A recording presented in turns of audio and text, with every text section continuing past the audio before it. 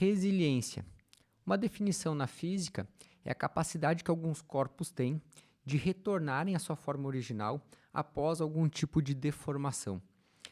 E esse termo ele foi apropriado, foi utilizado também para algumas questões do nosso cotidiano, né? Que é a capacidade de termos de nos recuperarmos após um período de má sorte ou de adversidade da vida. Então, se fala sobre a capacidade de ser resiliente na vida. E aí, eu vou trazer hoje o tópico que alguns autores apresentaram um termo relativamente recente, um debate interessante que eu pensei em trazer para hoje sobre resiliência fisiológica. O que é, né, e como ela pode ser treinada. E quando eu li esse artigo, eu pensei, cara, isso aqui é um bom tema para um podcast. Para um podcast, não, para uma aula aqui. Pode ser um podcast, quem sabe, da ProElite também, um dia nós debatermos com os outros treinadores. Mas o que é o ponto-chave daqui e eu quero que você entenda? Eu aqui nesse artigo, eu não posso dizer para você que eu vou trazer grandes respostas. Não vou te prometer nada disso. Mas eu vou te prometer importantes reflexões, inclusive uma recente que eu tive de um aluno que ele falou o seguinte, nós corremos a maratona de Santa Maria, ele correu a meia maratona. E aí ele falou assim, poxa, tinha um amigo meu que ele, em tese, corria melhor que eu, as distâncias menores de 5 e 10 quilômetros, e nós estávamos na nossa segunda meia maratona, ambos. Ele treina comigo, esse amigo dele treina com outro treinador. E aí ele debateu o seguinte, como que eu tive um desempenho melhor que o dele? E aí me veio esse artigo aqui na cabeça.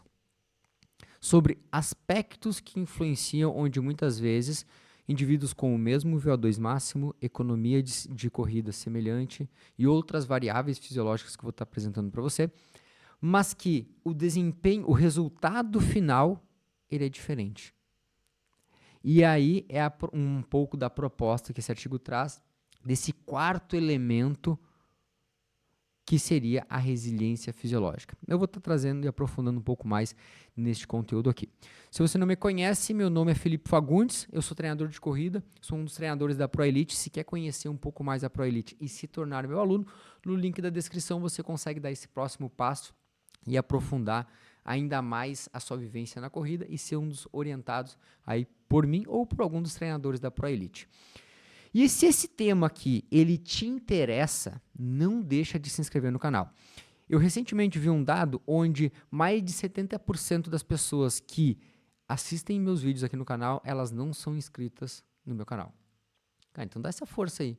Dá essa força para o YouTube recomendar para o máximo de pessoas e que esse tipo de conteúdo eu possa estar ajudando ainda mais outras pessoas a evoluírem também no seu conhecimento com corrida e automaticamente também evoluírem nos seus resultados. Não seja egoísta. Se inscreve aí e também dá aquele joinha se esse vídeo for bacana para você. Beleza? Então vamos lá. Eu criei uma linha de raciocínio aqui para eu também não me perder referente a alguns tópicos desse vídeo. E o seguinte, esse estudo aqui, ele é um estudo onde o poder metodológico dele deixa a desejar em alguns aspectos, tá? É uma revisão narrativa. Então, para quem não é uma aula aqui de estrutura de análise de artigo, mas só para você entender, então, ele não é um estudo experimental, tá? E ele não faz coleta de dados e, além disso, o levantamento dos artigos, ele não segue um critério que nem uma revisão sistemática, por exemplo, com meta-análise, onde faz todo um levantamento metodológico e segue alguns critérios importantes para que tenha um estudo mais robusto. Mas esse artigo, por que eu trouxe aqui? Ah, Felipe, vai trazer um artigo ruim para debater? Não, calma, calma. A minha ideia aqui é as reflexões que ele levanta. E os pontos onde eu acho que faz com... Eu acho não, tá? Eu tenho certeza que vai fazer com que você também reflita. E daqui a um pouco busque novos pontos de estudo. Busque novos pontos de entendimento. E através daqui também a gente desenvolve algumas linhas de raciocínio referente a melhorar o desempenho.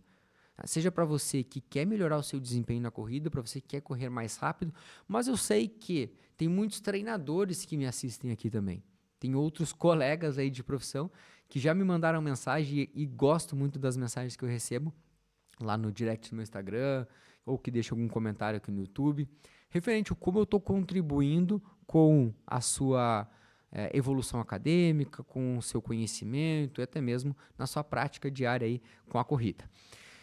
Então é o seguinte, tá? Ele faz a principal discussão que ele traz aqui, em cima de alguns pontos relacionados a alguns estudos, e claro que alguns colaboradores, que fala sobre o declínio da potência crítica. Tá? Você vai entender um pouquinho mais quando a gente fala em potência crítica em exercícios prolongados. Ele também faz um debate sobre aquele episódio que teve da Nike, né, o Breaking 2, que era a quebra das 2 horas na maratona. E aí ele mostra alguns modelos que eu vou estar apresentando para vocês aqui um pouco mais à frente e como que a gente pode estar entendendo e aprofundando isso aí.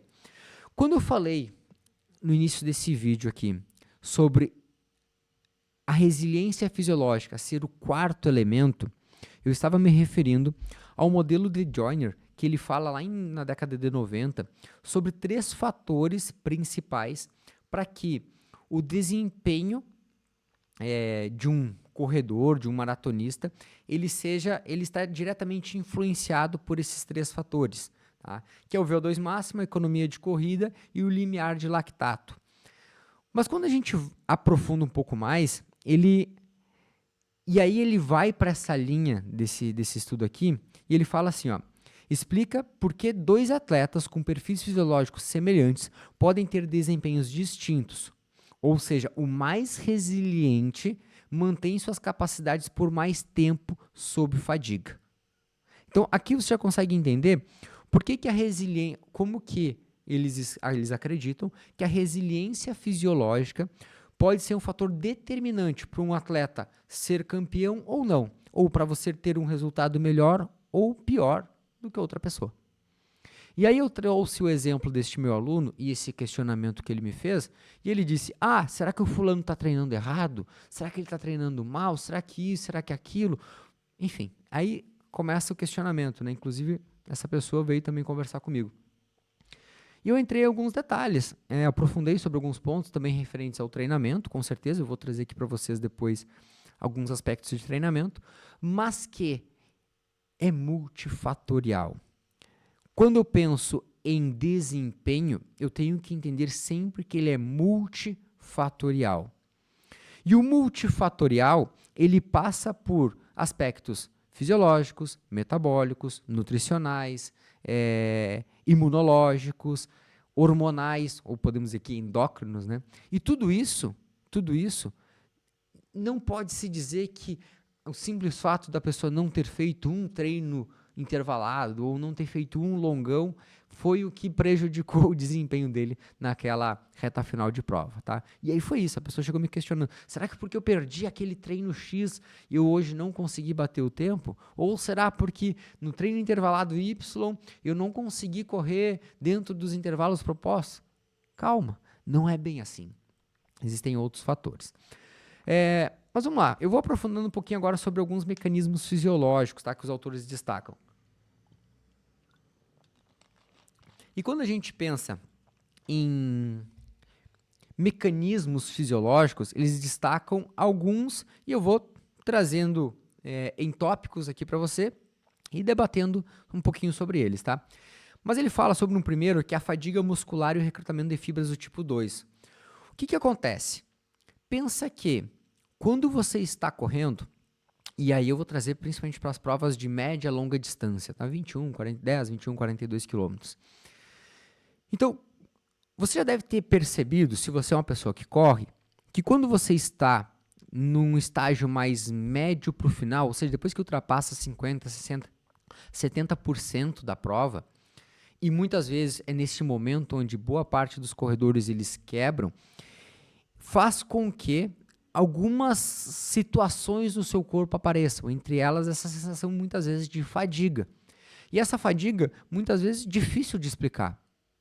Porque é uma fadiga onde a perna pesa, ela fica mais inchada, a sua sensação de movimento aquele movimento cíclico da perna muda, porque você não consegue manter aquela mesma cadência, o movimento parece mais lento e mais difícil de fazer. Isso aqui é um pouco do que acontece, esse tipo de fadiga muscular, uma fadiga às vezes mais periférica, né? Lá na sua periferia muscular, e que faz com que tenha um efeito tanto neuromuscular quanto um efeito também fisiológico do aspecto da depletação do glicogênio muscular. E essa nossa capacidade de ressíntese desse glicogênio e automaticamente da manutenção dessa energia é o que muitas vezes gera mais essa fadiga, e eu não tenho às vezes uma capacidade tão bem desenvolvida como outros atletas de recrutar essas fibras do tipo 2 e conseguir manter muitas vezes por um tempo mais prolongado esse exercício sob um efeito mais próximo de fadiga, tá? Então esse é um dos elementos que ele levanta como hipótese. Alterações metabólicas, ou seja, aumento da oxidação de gordura e o custo energético de oxigênio. Eu falei em alguma aula atrás, eu falei sobre adaptação metabólica. E essa adaptação muito onde eu particularmente atendo alunos onde utilizam a corrida, muitas vezes até mesmo em formato de jejum, ou seja, buscam desempenho, mas correm em jejum, ou atletas que correm no formato de low carb e que conseguem ter um bom desempenho. E muitas vezes por essa adaptação metabólica que o seu corpo sofreu ao longo de anos, podemos dizer assim, e que ele tem uma capacidade melhor dessa utilização da gordura como fonte energética. É algo que ainda se debate muito na literatura sobre como que isso acontece e principalmente as vias de acontecimento disso, mas ele fala um pouco sobre isso, sobre essa capacidade de depleção que a gente tem lá do glicogênio muscular e o seu corpo, de forma muito inteligente, conseguir utilizar de forma mais eficiente essa gordura para o fornecimento de energia.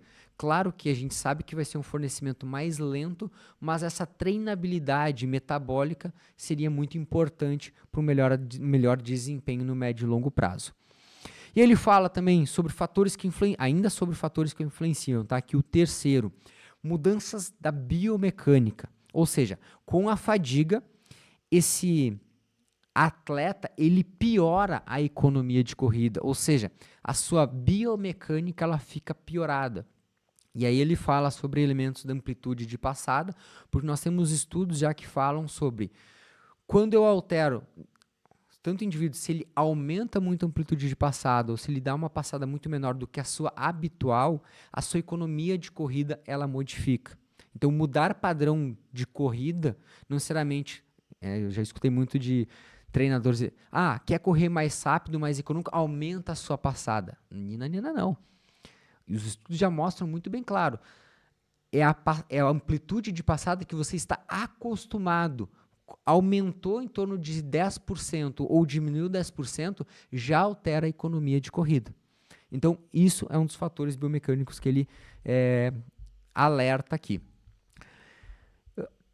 Aí depois ele fala sobre alguns aspectos cardiovasculares, como queda do volume plasmático, e aí aqui está muito também atrelado a uma desidratação.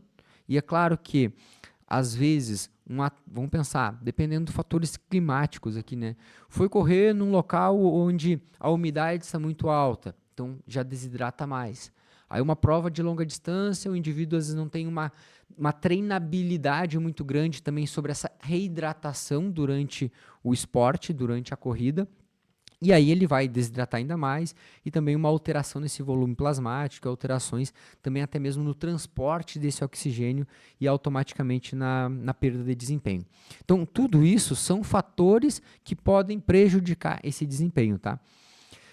Ele traz mais dois aqui e esses eu vou chamar um pouquinho a atenção, porque aí eu penso muito mais em aspectos aqui também de treinamento, tá?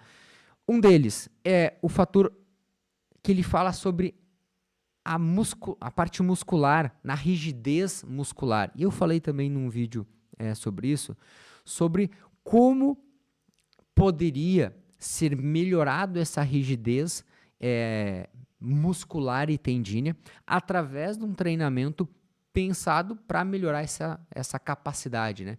E aí ele debate um pouco sobre o treinamento de força, como que o treinamento de força ele pode ter um papel importante na melhora dessa rigidez, na melhora dessa eficiência muscular ali. E aí o fator que eu digo que também entra aqui o aspecto do treinamento, que é o fator psicológico. Por quê? Quando alunos que eu tenho que vão pensando em bater recorde pessoal ou correr uma maratona, correr uma meia maratona, buscando alto desempenho, são pontos onde eu gosto de que ele tenha isso muito bem trabalhado. Claro que aquele corredor mais recreativo, que vai mais por saúde, por bater uma meta pessoal, mas sem aquele objetivo tão competitivo, a gente não vai trabalhar e não vai exigir tanto dele nesse ponto aqui. Mas para aquele atleta que ele é mais competitivo e ele quer esse alto desempenho, e alto desempenho é diferente de alta performance, né, que alta performance é aquele que busca competir, ganhar dinheiro, ganhar pódio, competir com pessoas também que têm essa alta performance. Alto desempenho ou alto performance, podemos dizer, é a sua performance comparado a você mesmo, mas que ele se desafia de forma muito próxima de um profissional, de um atleta profissional realmente. E aí, o fator psicológico eu entendo como um fator primordial de ser trabalhado. Eu, inclusive, gravei uma aula aqui sobre ansiedade para a prova. Encaminhei para alguns alunos que eu entendo que tenham esse desejo, essa vontade, e que entendo como que isso pode auxiliá-los, ou que muitas vezes essa ansiedade, esse excesso de ansiedade pode estar atrapalhando o seu resultado. E buscar, né, direcionar mais essa energia, essa perda de energia psicológica, para que ele tenha mais motivação e mais concentração a realmente a tarefa que ele tem que executar naquele momento que é a sua corrida, a sua meta que ele tem. Então, quando a gente treina muito bem esse aspecto muscular e psicológico somado, claro, aos treinos de corrida, mas observa que pouco ele fala sobre treinamento de corrida em si, mas muitos aspectos fisiológicos que são influenciados pela corrida, nós temos uma capacidade, muitas vezes, como treinador, de modulá-los e, através dessa modulação, buscar extrair o máximo desse atleta. Eu sou muito a favor, muitas vezes, de não ser incisivo em alguns aspectos com o aluno, se eu estou vendo que ele está passando por alguma dificuldade, de que, você nesse momento está fraco psicologicamente, você está muito ansioso, emocionalmente você está mal, ou está passando, enfim. Não é o meu perfil ficar batendo nesses pontos assim. Mas, entre linhas, eu buscar entender o que está acontecendo na rotina dele. O que ele está passando. Claro que alguns alunos vão se abrir um pouco mais, vão explicar, às vezes estão passando por alguma dificuldade familiar, financeira, ou de trabalho e vida pessoal como um todo. Mas quando a gente consegue entender um pouco mais esses detalhes e consegue trabalhar dentro do treinamento, elevando a confiança desse aluno, o resultado no final ele é muito mais satisfatório. Então fica a minha dica sempre importante, muito importante aí sobre treinamento e aspectos psicológicos. Agora eu vou propor aqui, em cima de uma leitura que eu fiz desse artigo, sobre como que tanto treinamento, e aí pensando em treinamento, mas em desenvolvimento dessa resiliência, através do treinamento como um todo, tá? E em cima disso também alguns aspectos que o autor aqui desse artigo, ele traz sobre evidência, tá? Então, para melhorar com consistência e volume crônico de treinamento, atletas com mais anos de treino contínuo demonstram menor deterioração fisiológica em esforços prolongados. Vamos lá. Quando a gente pensa em uma pessoa que quer correr melhor, seja uma maratona, uma meia maratona, provas de longa distância, eu tenho que entender que eu não consigo fazer isso de um mês para o outro, ou de um ciclo para o outro, às vezes no intervalo de 3, 6 meses. O que esse estudo ele mostra aqui e esse levantamento ele fala? Que são volumes crônicos de treinamento. E quando eu penso em volume crônico de treinamento, eu estou falando às vezes em 1 ano, 2, 3, 4 anos de treinamento, que é o que um atleta, por exemplo, profissional, passa num ciclo olímpico. Por que muitos atletas, às vezes, você vê ele na sua estreia nas Olimpíadas, sendo, muitas vezes, estando entre os 10 melhores ali, de uma prova de 1.500, um 3.000 com obstáculos, um 5.000, enfim, ou na própria maratona. E depois de 2, 3, lá no seu segundo, terceiro ciclo, ele sendo um atleta, por exemplo, entre os 3 que estão performando lá. Porque o efeito crônico do treinamento tornou muito melhor. Através desse tempo de exposição fisiológica, do tempo de exposição às cargas de treinamento. Aí aqui, ele faz uma sugestão sobre estímulos de sessões longas, sobretudo aquelas com progressão de intensidade ou blocos de alta intensidade sobre fadiga. Aqui, o que ele está querendo dizer com isso? Treinos onde nós trabalhamos de forma progressiva ou com blocos sobre fadiga, eles são muito importantes para esse desenvolvimento de resiliência. Vamos lá, tipos de treino que eu vou nesses 2 cenários aqui. Um tipo de treino muito comum é o clássico progressivo. É aquele treino onde você vai fazer um longo progressivo de 20 km. E aí vai fazer 5... Eita, tem um mosquito aqui. Eita, sai fora. Vamos lá. 5 km em Z2, 5 km em Z3, 5 km... Não, vamos lá. Não ficou legal. Recapitulando, vamos lá. 5 km em Z2, 5 km em Z3, aí depois eu subo para 5 km em ritmo de meia maratona e 5 km em ritmo do 10K.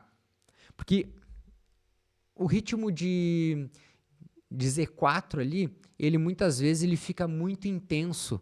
Né? Se eu for botar só a zona de Z4, ele fica muito intenso. Então, às vezes, buscar intensidades no ritmo de prova pode ficar mais interessante e eu conseguir fazer um progressivo terminando com mais qualidade, ok? Uma outra estrutura de treinamento aqui, ou posso fazer blocos menores, tá? Para atletas menos experientes, blocos de 3 quilômetros, ou por tempo, mas aqui eu trouxe uma sugestão de um longo de 20 quilômetros com blocos de 5 quilômetros. Aqui, treinos em blocos, onde eu faço blocos de alta intensidade e blocos de baixa intensidade ao longo dele. Que são clássicos, eu gosto, longos em modelo de fartlek, onde eu tenho, às vezes, um primeiro 3 km leve, e aí depois ele tem blocos de 2 a 4 km no ritmo de prova, no ritmo de meia maratona, por exemplo, por 1 km em Z2. Bom, entendeu? Então eu tenho 3 km moderado leve, e aí depois ao longo do treino eu vou alternando entre blocos de 2 a 4 km no ritmo da meia maratona com 1 km leve. E aí eu vou repetir esses blocos 2, 3, 4 vezes, depende da experiência desse atleta, depende do volume de treino que eu quero ser trabalhado. Ele pode ser também feito por tempo, gosto muito do treino por tempo, onde eu faço blocos de 10, 15, 20 minutos no ritmo de meia maratona por 5 minutos leve. E aí eu vou fazendo essa alternância. E essa quebra de ritmo, ela é muito importante, porque quem já fez sabe, quem é meu aluno principalmente sabe que essa quebra de ritmo torna o treino muito mais difícil do que um treino contínuo, por exemplo. Mas que, e aqui o autor fala, sobre a possibilidade, a forma como você pode estar trabalhando essa resiliência fisiológica. E aí, terceiro ponto que ele fala para desenvolvimento. Treinos em jejum. Melhor uso de gordura e alto volume semanais. E aí ele fala sobre os atletas de elite chegar a trabalhar 160, 200 quilômetros na semana. Mas vamos trazer para a realidade do corredor amador. Fazer e aqui ele não fala, não fazer um treino, presta atenção aqui, não é um treino de 160, 200 quilômetros, não, o volume semanal, tá? Mas ter dentro desse volume semanal sessões em jejum. Então aquele seu treino de rodagem em Z2 ou uma rodagem moderada ali em Z3, mas estimular treinos em jejum, principalmente naquele período mais de base. E eu gosto muito desse modelo, inclusive eu uso bastante comigo. Alguns alunos que estão mais bem adaptados, já fiz a sugestão. Outros são um pouquinho mais resistentes, não gostam da forma, da estratégia, mas tudo bem. Mas vejo como uma ótima assim, alternativa da gente treinar esse metabolismo e automaticamente fazer com que a dificuldade que você vai ter, sim, às vezes com treino de jejum, mesmo um treino leve, mas que, por exemplo, 40 minutos, 1 hora, 1 hora e meia rodando em jejum, gera algumas dificuldades, mesmo esse treino sendo leve, gera algumas dificuldades que você não teria no treino alimentado. Então eu vejo como um ponto interessante, treinar com o motor vazio mesmo. Treinar lá com o tanque de combustível, perdão, não motor, o tanque de combustível vazio, para que você busque alternativas metabólicas para manter a intensidade daquele exercício. Treinamentos de força pesado e treinamentos pliométricos são ótimos para conduzir e melhorar, né, essa economia, e principalmente essa economia sobre fadiga. E aí que eu falei sobre os aspectos musculares. E aí ele sugere o treinamento de força, ele pesado e trabalhado com velocidade somado ao treino pliométrico, os treinos de salto, como um ponto interessantíssimo para a melhora dessa economia de corrida. E aí ele entra com o ponto aqui que a gente tem recentemente, podemos dizer recentemente, sim, nesses últimos 6, 8 anos, vamos botar aí, que são os tênis de placa. Então, uso de calçados com espumas para melhorar a performance e placas de carbono. Pode proteger o dano muscular, e eu falei também esses dias sobre artigos mostrando sobre o efeito da placa na redução desse dano muscular e melhorar essa resiliência.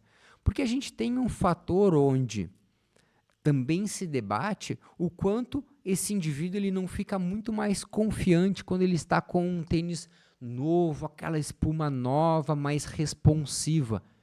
E isso é um fator, às vezes, muito importante para a melhora dessa performance. Então, se você busca performance, eu sou muito a favor disso. Inclusive, eu tenho um tênis onde já estou há 2 anos com ele, um tênis de placa, o Corre Supra 1 da Olímpicos. Pô, um tênis que ele está muito novo. Mas a última prova que eu fiz, eu já percebi que a sua responsividade está muito menor. Então, vou buscar um novo tênis agora, com placa, fazer a troca quando eu for principalmente para minhas próximas metas de meia maratona e maratona. E aí, por último, ele fala sobre também existir uma diferença entre sexos, né, entre homens e mulheres, onde ele fala com indícios de que mulheres apresentem maior resistência à fadiga em esforços prolongados. Claro que, se a gente for olhar para os tempos, homens têm tempos mais rápidos que mulheres. Mas ele fala dentro desse modelo que mulheres tendem a ter mais resistência e também a resistirem mais a essa fadiga por esforços prolongados. E ele traz alguns estudos onde ele debate sobre isso, ok? E aí eu não vou me aprofundar muito mais sobre alguns aspectos, mas eu queria trazer um exemplo que ele traz, inclusive, sobre, não nesse artigo aqui, mas lá no estudo do Joyner, na década de 90, que ele tem um modelo e ele traz um exemplo clássico lá nesse artigo original, onde ele simulou o desempenho de um homem idealizado, ou seja, lembra sobre aquela ideia de correr sub 2 horas? Uma maratona sobre 2 horas, onde a Nike instituiu aquilo lá atrás? Não foi à toa. Tá? Já existiam estudos onde mostravam modelos ideais de homens que poderiam atingir essa meta. E nesse estudo de Joyner foi um dos precursores referente a isso. E ele fala sobre o homem ideal para isso, né? Um VO2 máximo de 84 ml/kg por minuto, uma economia de 190 e uma fração de sustentação de 85% do VO2 máximo. E aí o cálculo, que ele fazia uma estimativa, onde esse indivíduo conseguiria correr uma maratona em média de 22,6 km por hora. um tempo de maratona previsto para 1 hora, 57 e 58 segundos. Só que até o momento não teve, né? E esse cálculo foi teórico. O Johnny mostrou que fisiologicamente seria possível correr abaixo de 2 horas, algo confirmado apenas décadas depois por Kipchoge em 2019, que ele correu 1:59:40, né? Mas o que eu queria trazer referente a isso? Existem nesses modelos, e alguns estudos já falaram sobre isso, existem modelos onde mostram fatores fisiológicos e metabólicos ideais para esse desempenho. E para nós, no nosso cotidiano, no nosso dia a dia, como atletas, e eu como também treinador, eu busco sempre melhorar esses parâmetros fisiológicos dos meus atletas, mas eu tenho que entender que, às vezes, que existe outros fatores que vão ter influência. E aqui esse artigo ele sugere que é esse quarto pilar, que é a resiliência fisiológica. E se você é um corredor que quer melhorar o seu desempenho e você treina, por exemplo, por conta, ou você não está conseguindo evoluir nos seus resultados, eu recomendo a você clicar no link da descrição e buscar um treinador que pode te ajudar a melhorar esse resultado. E esse treinador pode ser eu. Eu ou alguns dos treinadores aqui da minha equipe pode também te ajudar a evoluir essa sua corrida e melhorar seu desempenho. E aí, quando ele fala sobre esse quarto pilar, foi um pouco do que eu consegui trazer para você sobre essa capacidade de um atleta ele durar por mais tempo, de ele ser mais resiliente por mais tempo. E como que a gente melhora essa resiliência? Trabalhando os pontos que eu te sugeri anteriormente, que eu te sugeri e que também eu fui estudando ao longo desse material aqui que eu preparei para vocês. Então, esse quarto pilar aqui, ele fala sobre essa capacidade que alguns atletas têm de tolerar mais essa fadiga por mais tempo e como que a estrutura de treinamento deles e metabólica e mental, psicológica contribui para isso, enquanto outros atletas muitas vezes não têm essa mesma capacidade. Mas a treinabilidade disso pode evoluir nesses aspectos aqui. E se você é um corredor que quer melhorar, você também pode ser uma dessas pessoas a aplicar essa forma de treinamento e principalmente a buscar evoluir. E tudo isso está dentro da nossa metodologia. A gente trabalha dentro da nossa metodologia esses aspectos de treinamento que a gente chama de método PRO e estão inclusos esses tipos de treinamento para fazer com que você evolua e tenha também mais resultado na sua corrida. Se você ainda não é inscrito no canal, se inscreve para você poder assistir e acompanhar esse e outros tipos de conteúdo. Se ficou com alguma dúvida, deixa nos comentários. Se gostou desse vídeo, não deixa de curtir ele e também compartilha com aquele amigo que pode aprofundar seu conhecimento assistindo esses e outros vídeos aqui no canal. A gente se vê numa próxima aula. Até mais e valeu!